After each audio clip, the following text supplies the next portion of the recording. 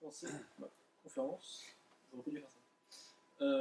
Bonjour, bonsoir, je m'appelle Kevin Mastaler. Je travaille avec Alexis à Marmelade, du coup. D'ailleurs, on recrute. Pour le message, il fallait le passer. C'est Marmelade qui a payé mon déplacement. Il fallait que je place cette ligne. Je m'intéresse beaucoup à tout ce qui est un peu obscur dans le développement web, les crypto-monnaies, les déploiements, la sécurité, etc. Tu as lancé Ops? Non, il n'y a pas lancé Ops. Je dois je vais lancer Ops. Ce que je disais. Je m'intéresse beaucoup à tout ça. Ouais, mais du coup, ça fait un peu de. Ah ouais, non, c'est mal. Non, mais tout. Non. C'est pas filmé. Quel truc intéressant. C'est la première fois que je viens à Caen. Merci pour l'invitation, Alexis. J'ai un petit rhume des foins, donc je vais être un peu enrhumé, je suis désolé. C'est quand ça?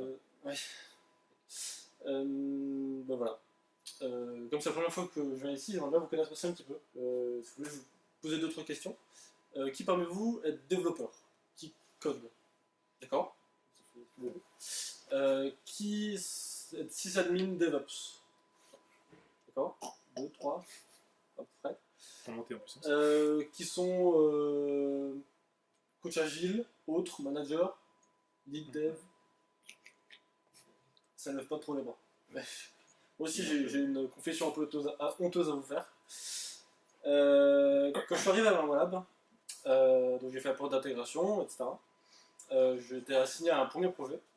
Et donc c'est un projet d'envergure, il y avait beaucoup de trafic. C'était pour un grand groupe média qui diffuse du sport mais en crypté. Pour eux, ce qu'on a fait, c'est qu'on a fait une chaîne de télévision, mais pas pour diffuser des informations ou du sport, mais pour faire un autodiagnostic de la box. C'est-à-dire qu'on allait sur une chaîne, on a tapé sur la télécommande, on appuyait sur OK, sur un petit bouton, et ça lançait un diagnostic de la box, de la télécommande, etc. pour faire du support. Bon, j'étais assez impressionné de bosser pour tout ça. Pour un grand groupe média, j'étais assez content. Et ma première tâche sur ce projet, c'était de changer le wording du bouton OK pour lancer le diagnostic. Juste ça. Donc j'ai fait ma petite feature, j'ai tout lancé local, ça marchait bien. On a fait valider ça en settings, ça marchait bien. Et au moment de déployer, est-ce que ça marche?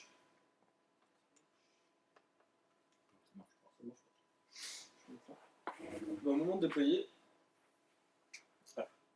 Donc j'ai laissé une page blanche comme ça pendant 4 heures sur une chaîne de télévision. J'étais presque aussi stressé que maintenant. Et voilà, je vais peut-être pas vous la laisser. Je vous vois, ça fait un peu bizarre. Je vais peut-être pas vous la laisser pendant 4 heures. D'ailleurs, c'est aussi la page d'erreur de défaut de PHP, je crois. Bon, du coup, j'ai fait une grosse boulette dès que je suis arrivé. Voilà. Heureusement, depuis, j'ai un petit peu appris de mes leçons. Et je suis là pour vous présenter une des leçons que j'ai apprises. Une de ces leçons, c'est le budget d'erreur. On va parler de stabilité, de déploiement, de monitoring, il y a des trucs intéressants. Je vous ai dit, j'aime bien les trucs un peu bizarres du web. Bon, pour commencer par le commencement, pardon, le budget d'erreur, ça a été inventé par un certain Benjamin Traynor-Sloss, qui est un mec très intelligent qui bosse à Google, dans le cadre d'un nouveau métier qu'il a inventé qui s'appelle le Site Reliability Engineering. C'est une nouvelle façon de gérer la stabilité d'un site web, ou d'un service en particulier. Donc, ça nous avance pas beaucoup plus. Pour parler du budget d'erreur, qui est un outil, on va déjà essayer de comprendre qu'est-ce qui résout comme problème. Habituellement, je vais faire une caricature, les équipes de développement sont organisées comme ça. D'un côté, on a les développeurs, d'un autre côté, on a les sysadmins. Les développeurs sont chargés de faire des features, de développer des trucs, de les envoyer en prod. Les sysadmins sont chargés de s'occuper des serveurs, de l'infra, de la disponibilité de services, etc. La métrique principale du développeur, c'est la vélocité. On mesure combien de features il déploie par itération. La métrique du sysadmin, c'est plus la disponibilité de service. Combien de pourcents le site est resté en ligne sur une certaine temps de durée. Malheureusement, la plupart du temps, quand un site tombe, c'est à cause d'un développeur qui a mal changé un bouton. C'est une grande partie, en tout cas, des incidents en production, et les sysadmins ne peuvent rien. Donc si on caricature encore un peu, on a deux équipes qui tirent chacun sur son bout de métrique, qui rentrent presque en concurrence. Et ça, je pense que c'est l'équipe des sysadmins, parce qu'ils ont une barbe, ils sont un peu blafards, ils sortent pas trop de leur cave.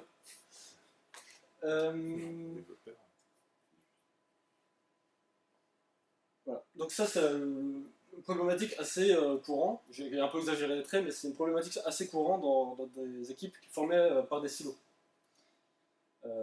Une solution à ça paraît évident, mais c'est de centrer tout le monde vers le même objectif.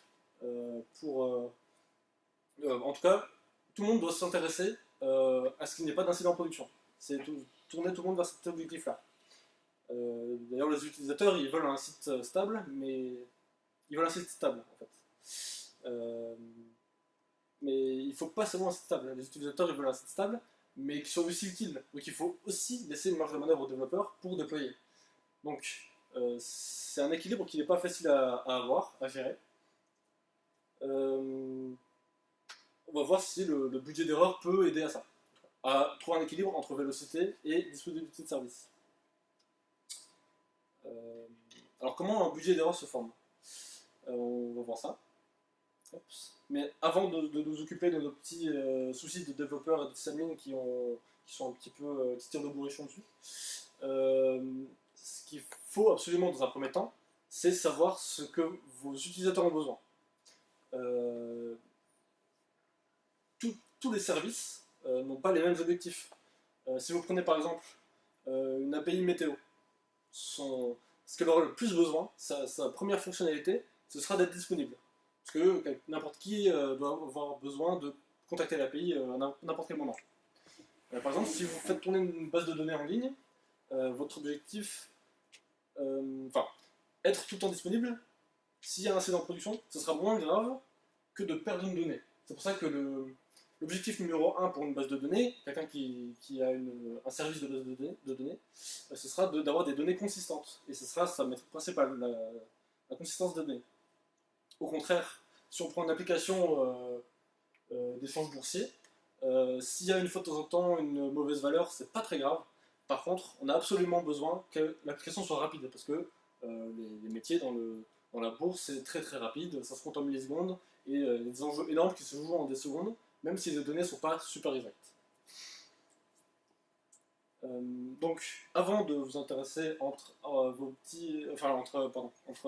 les soucis que peuvent avoir vos développeurs et vos sysadmins, si vous ne connaissez pas la première feature de votre application, déjà, il faut la trouver. Une fois que vous avez cette valeur-là, il faut la mesurer.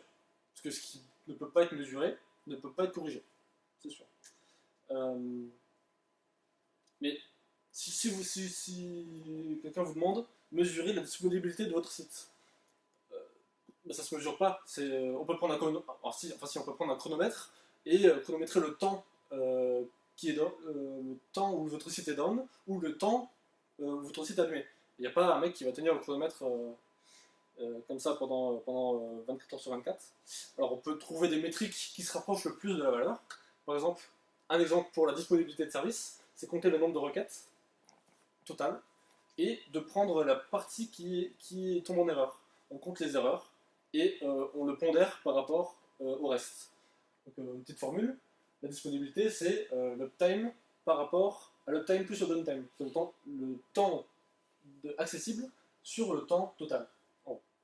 On peut faire ça pour toutes les autres valeurs. Pour le data consistency, on prend toutes les données qui sont sorties, on chope ceux qui ne sont pas consistantes et on les fait pondérer par rapport à toutes les données qui sont sorties. Pareil pour le response time ou toutes les autres valeurs que vous pourrez trouver pour vos services. Une fois que vous avez un format de valeurs comme ça vous donne un petit graphe de cet ordre-là, de 0 à 1, ou de 0 à 100%, si vous voulez. Ceci, ce sera votre source de vérité, ce sera votre valeur, ce sera la disponibilité, et personne ne pourra contester ce graphe-là, parce que c'est ce que vous avez mesuré, et tout le monde devra se concentrer dessus, parce que c'est la première fonctionnalité de votre service. Pardon.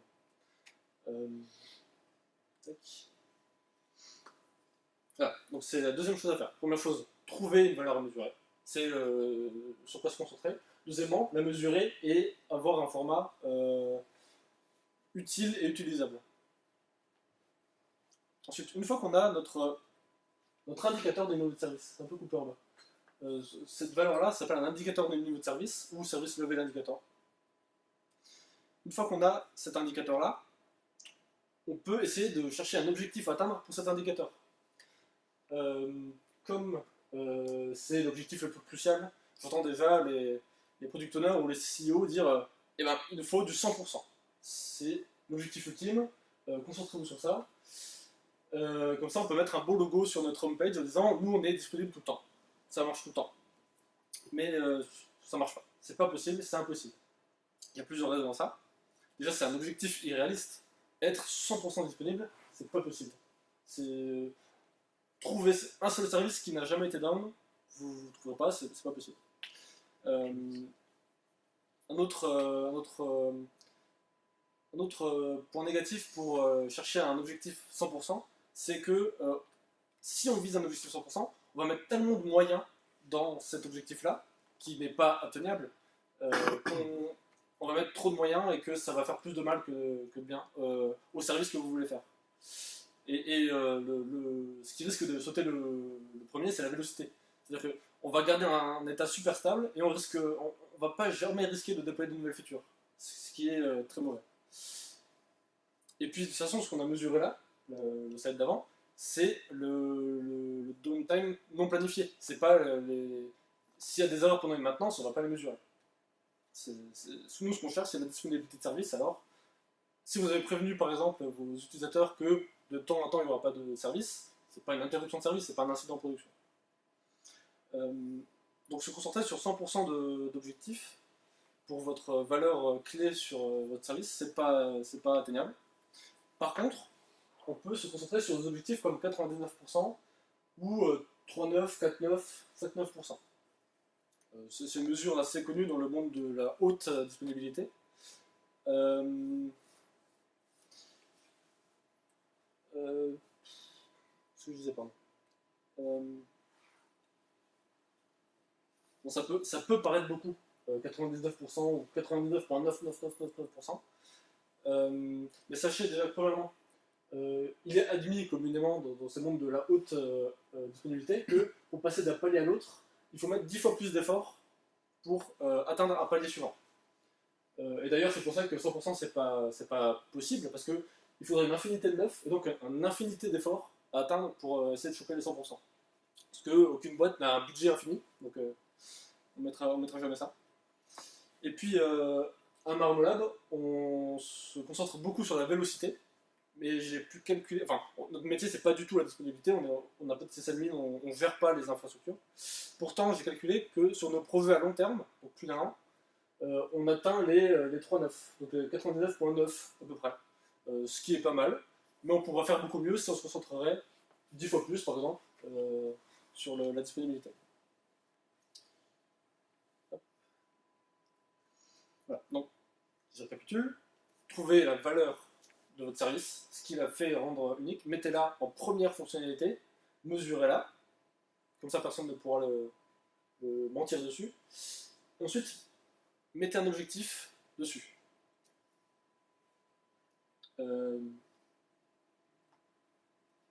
Alors, comment on définit cet objectif, j'en parlerai après.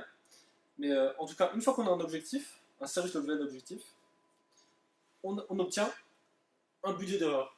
C'est-à-dire, si vous mettez un objectif à, mettons, 80% de niveau de service, et si vous atteignez au mesuré avec l'indicateur que vous avez créé tout à l'heure, vous mesurez 90% de disponibilité, entre 90% et 80%, vous pouvez utiliser cette marge-là comme un budget d'erreur à dépenser. C'est-à-dire que si vous êtes au-dessus de votre objectif et qu'on n'est pas vendredi, les développeurs peuvent déployer. Il n'y a aucun risque. Par contre, si vous êtes proche de zéro et que votre objectif s'en s'approche, ou que l'indicateur est en dessous de votre objectif, et voilà, ce sera peut-être le moment de s'arrêter de déployer et de se concentrer sur l'application, sur la stabilité du site. C'est un peu comme Kanban, ceux qui connaissent. Kanban, on organise son travail par flux, et quand le flux est bouffé quelque part sur une colonne, et ben, toute l'équipe est mobilisée pour aller déboucher le flux. C'est pas le spécialiste de cette colonne-là qui va mettre double effort, non. C'est toute l'équipe qui va choper le flux et faire avancer ensemble l'équipe. Avec ce budget d'erreur, c'est la même chose. Les développeurs, comme les sysadmins, peuvent faire en sorte que le budget d'erreur soit respecté. Ou en tout cas, passe pas en dessous de zéro.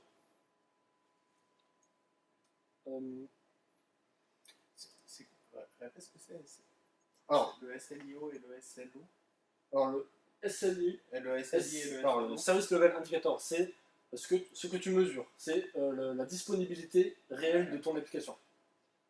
L'objectif, c'est la disponibilité que tu aimerais avoir. Et ça doit pas être un objectif à atteindre, ça doit être un objectif réel.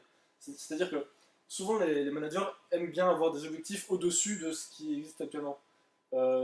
Si on fait ça avec le budget d'erreur, si on met des objectifs impossibles à dépasser, et ben jamais on peut déployer.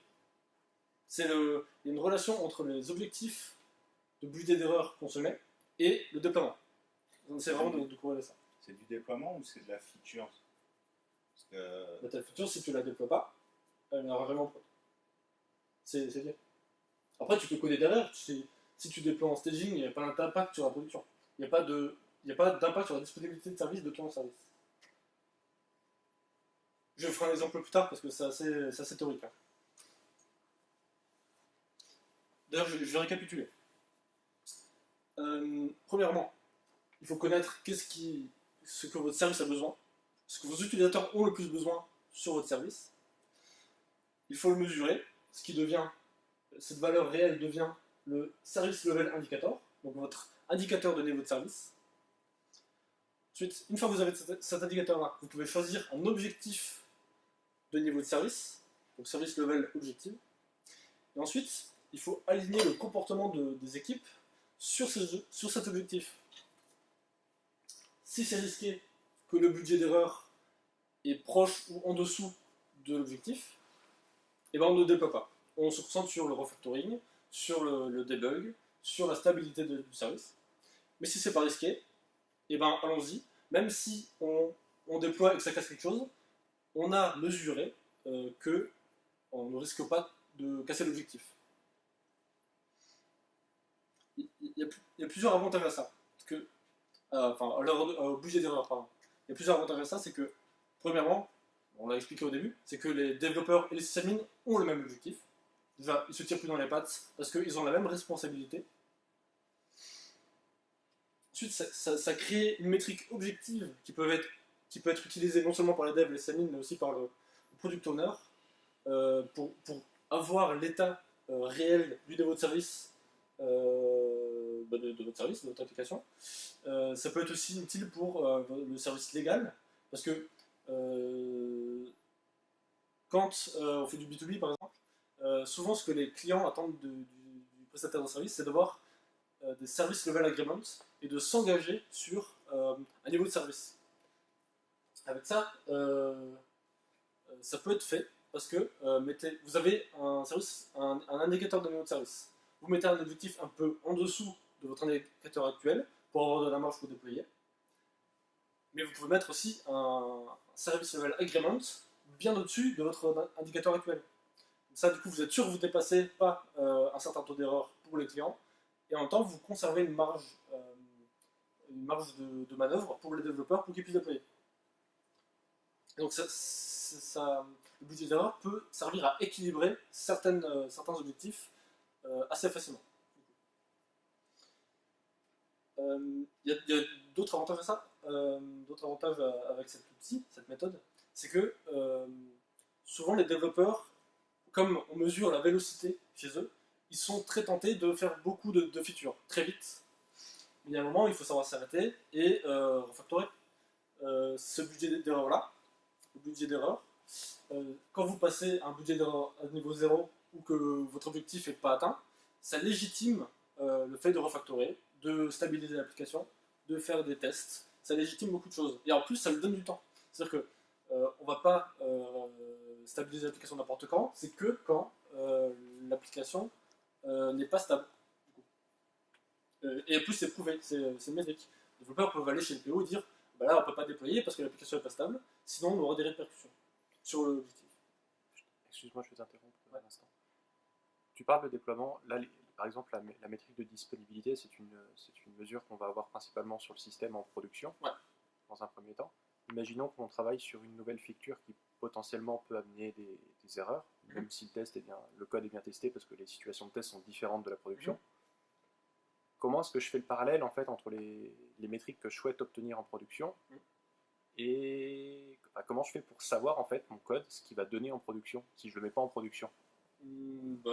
Normalement, tu peux pas. On peut essayer de rapprocher. C'est une bonne question.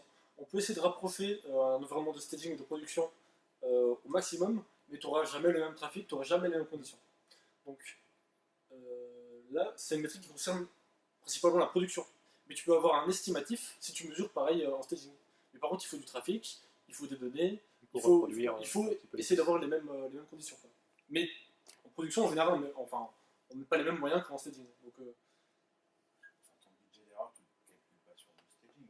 non, voilà, c'est ça, c'est une métrique de production. C'est ça. Un autre avantage, c'est que ça retire la peur de l'échec. Souvent, quand quelqu'un casse la prod, comme moi je le fais chez ce média, j'étais mortifié, j'avais super peur des répercussions. Et au final, ça s'est bien passé. Parce que j'ai un patron adorable et que d'ailleurs on recrute. Mais là, la responsabilité de l'échec, de ne pas atteindre l'objectif des niveaux de service, elle est donnée à toute l'équipe. C'est-à-dire que s'il y a une erreur, si l'objectif n'est pas atteint, c'est la faute à toute l'équipe. Ce n'est pas juste la faute d'un tel qui a publié en production, non. Tout le monde aura dû se mettre d'accord pour déployer.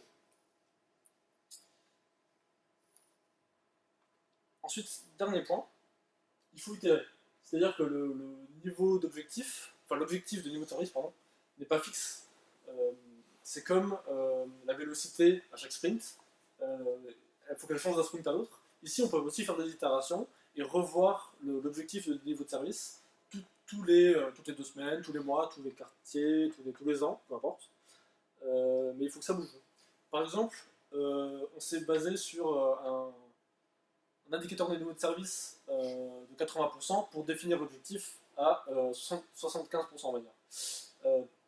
Mais il se trouve que notre hébergeur, qui n'est pas, que ne représente pas nous, a fait une grosse erreur. Et pendant 2 jours, le site était down. L'objectif, enfin l'indicateur va chuter et descendre sous l'objectif.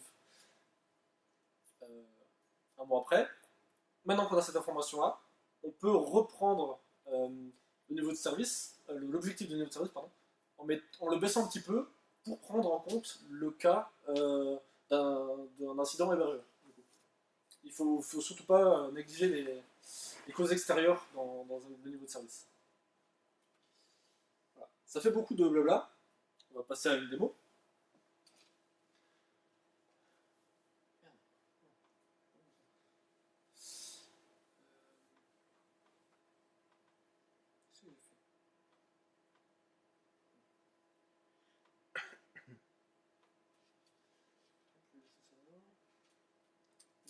Bon, devinez ce qu'on va utiliser. On va utiliser Docker Compose. Je vais remettre l'écran. J'ai une continuité. Ah, tout est prévu. C'était millimétré. Qu'est-ce qui m'avait aidé pour retrouver le paramètre? C'était dans périphérique, c'est ça? Le paramètre pour le réglage d'écran? Ouais. Display tout en bas. Yes. Enfin, oui, c'est périphérique. Okay. Ça doit pas être la même résolution. ça ira. Hop. Alors. Alors. Ce n'est pas Alexis qui l'a écrit, mais on a tous des compétences en Docker Compose. Sur ma démo, je ne vais pas vous montrer beaucoup de code, mais on a 3 services. Une application Node, qui est juste une API avec 2 endpoints. Un qui retourne un code erreur normal, 200, un succès, et un endpoint qui fait n'importe quoi, qui oublie une erreur. Je vais jouer avec ces 2 endpoints un petit peu pour simuler un niveau de service. Ensuite, on a Prometheus, qui est un outil de monitoring qui a été inventé par Google. On parle beaucoup de lui aussi. Lui, il va juste inspecter l'application et mesurer ses métriques. Et on va utiliser aussi Grafana, qui est un outil de, visualisation des données. De monitoring qu'on a récupéré avec... Prometheus. Ouais, merci.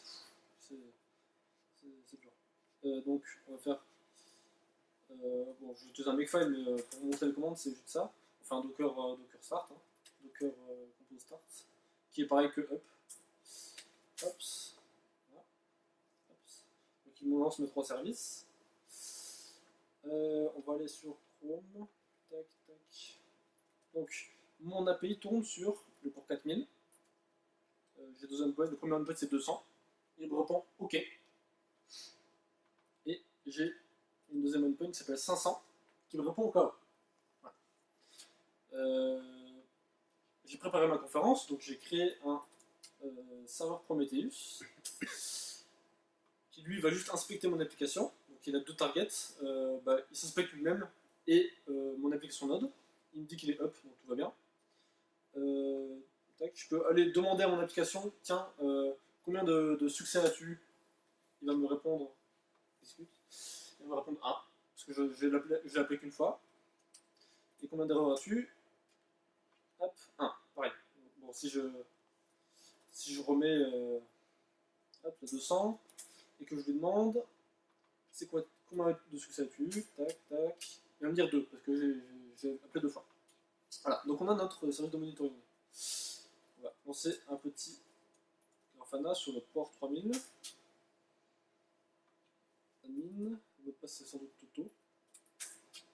Merde. Je vais lui faire une blague et c'est mal parti. Oh. C'était vraiment Toto. Bon, sur le Grafana, ce qu'on va faire c'est ajouter une source de données. Donc on va mettre Prometheus. Tac. Ce qui est bien avec Grafana et Prometheus, c'est qu'ils sont déjà corrélés entre eux. C'est vachement bien, ils savent comment s'appeler mutuellement. Est-ce que tu veux parler des résolutions de notre domaine avec le Docker Compose? Non. Non. Ben, c'est pas grave, je ne vais pas en parler aujourd'hui. En gros, non, en fait, en gros, entre Docker, on s'appelle pas par localhost. Ils partagent peut-être les ports avec le local, comme nous on peut l'appeler, du host, mais entre eux, ils ont un nom de domaine entre eux, et là, Grafana va appeler le service Prometheus par son nom, Prometheus. Au lieu de mettre une IP, Docker est assez malin pour mettre, Docker Compose est assez malin pour mettre des raccourcis comme ça. Donc j'appelle Prometheus sur le port 90-90, tac tac. Scope intervalle, tous les combien de temps Grafana va demander les données à Prometheus. Voilà, donc j'ai rajouté une source de données. On va rajouter un petit board, ça va être très rapide. La première chose qu'on veut grapher, c'est... Non.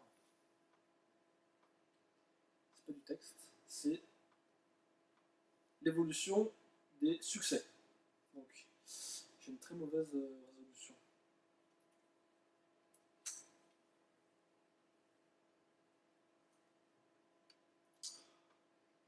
Désolé, je fais un peu de... On pourra pas monter au-dessus avec Ah merde, tant pis. Hop, bon, la première chose qu'on veut grapher, c'est le successful request count. Donc c'est le combien de requests sont tombés en succès. Donc on demande, on va demander à la source les succès. Tac. Avec un peu de chance, il va le faire.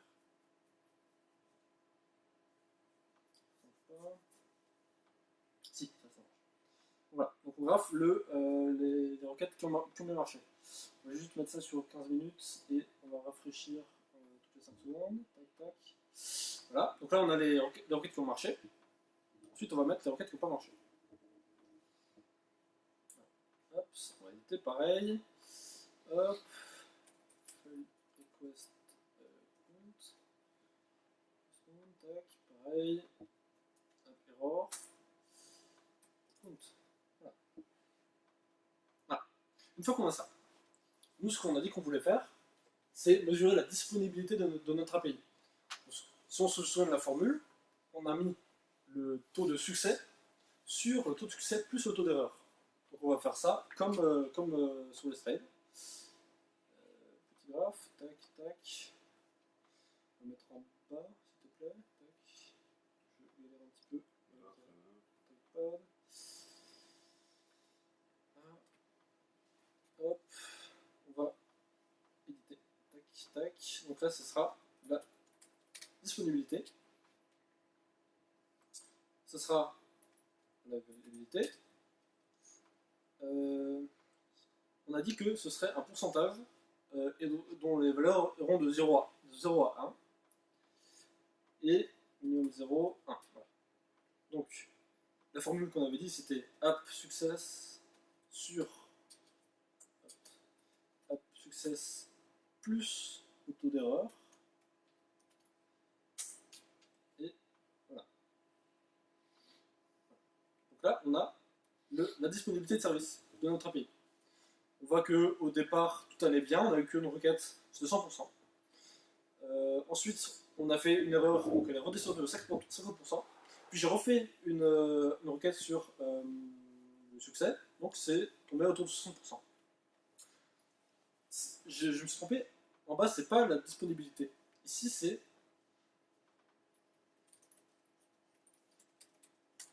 le SLI. C'est ça notre SLI, c'est la valeur, la vraie valeur de notre disponibilité de service. Par contre, nous, ce qu'on veut, c'est mettre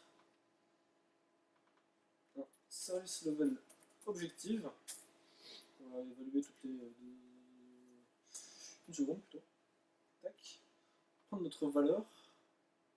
Hop. Un peu de magie noire si ça mine. Alors, on va faire une alerte si notre valeur est en dessous de allez, 75. Non, 75. 175%. Ça, tac. Ici, il faut que je sauvegarde pour faire de la magie noire au graphe. Hop, hop. Donc là, normalement, il n'est pas content. Voilà. Là, il n'est pas content. Parce que on a notre service level indicator qui est en dessous de notre objectif, qui est à 75%. D'ailleurs, il va me dire dans les alertes, service level objectif, il est en train d'être pas content. Je retourne sur mon dashboard. Et cette fois, je vais faire un peu plus de succès et je vais faire un peu de spam de requêtes qui marchent. Hop. J'utilise Siège, c'est un outil de hacker normalement pour faire du spam. Alors, on voit que c'est vraiment pas bien la résolution. On voit que, premièrement à gauche, le taux de requêtes qui marchent a grimpé, mais le taux d'erreur, enfin les requêtes qui n'ont pas bien marché, n'ont pas bougé.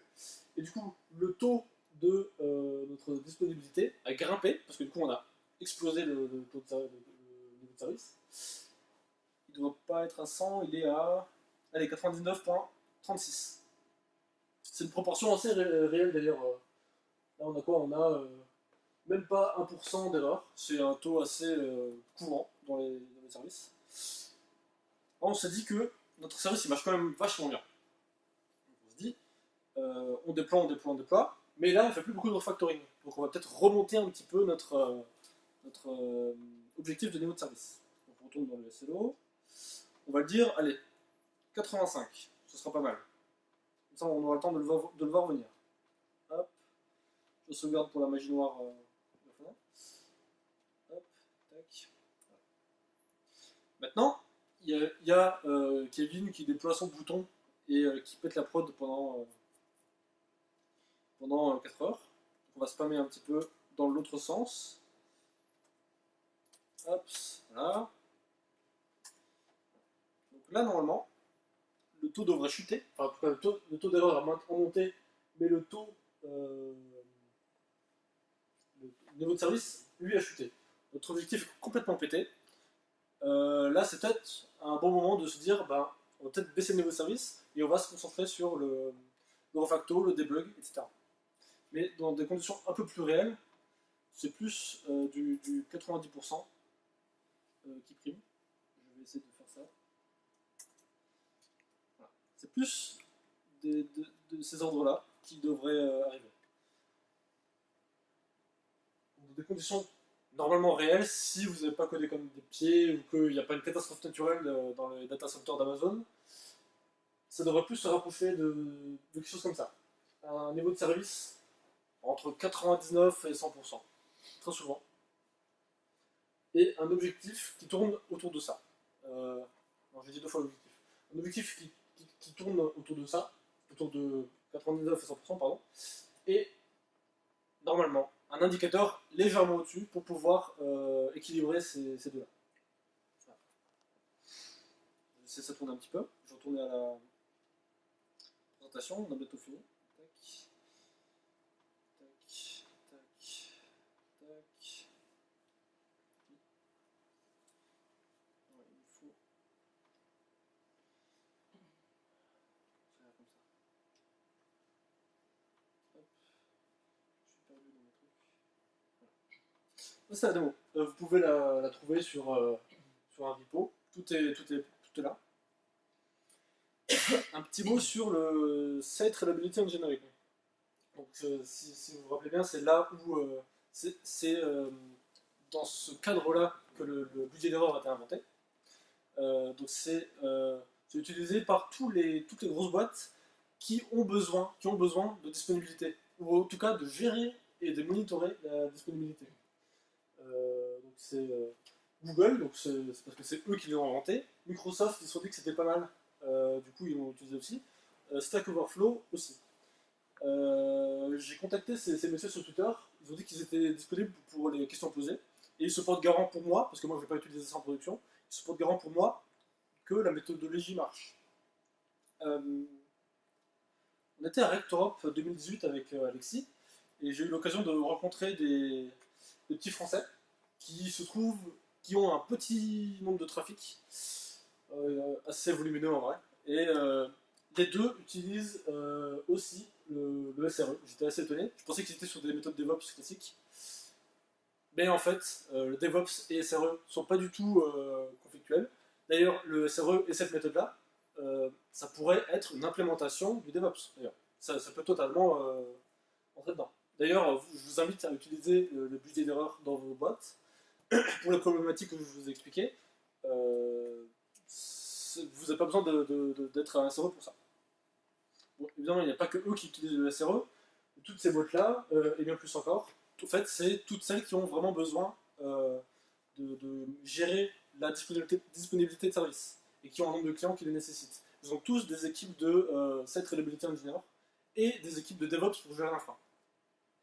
Mais à notre échelle, plus modeste, on n'a pas besoin d'avoir des équipes entières de SRE, mais connaître comment eux ils fonctionnent, par exemple avec le budget d'erreur, ça peut être intéressant.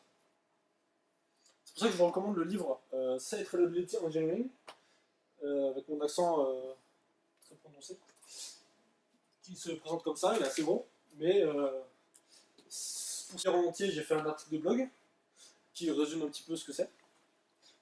Puis je vous ai mis 2-3 ressources aussi. Et moi je pense que si j'avais connu cette méthode-là il y a 3 ans, peut-être que je n'aurais pas cassé la prod chez ce groupe média. Et pour preuve, aujourd'hui je bosse pour une autre chaîne de télévision qui s'appelle Arte, et on a atteint cette année 99,64% de disponibilité. Merci beaucoup.